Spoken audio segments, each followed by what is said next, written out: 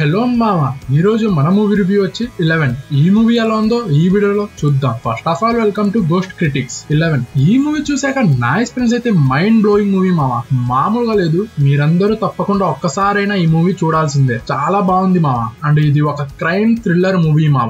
ఈ మూవీ మనకి Amazon Prime లో స్ట్రీమ్ అవుతుంది in Telugu language. And censor board ఈ మూవీకి 18+ ఇచ్చారు, కానీ ఇట్స్ 100% ఫ్యామిలీ వాచబుల్ మూవీ మామ. ఇంకా ఈ మూవీ ప్లాట్ కి వస్తే, ఒక సీరియల్ కిల్లర్ వరుసగా హత్యలు చేస్తూ ఉంటాడు మామ.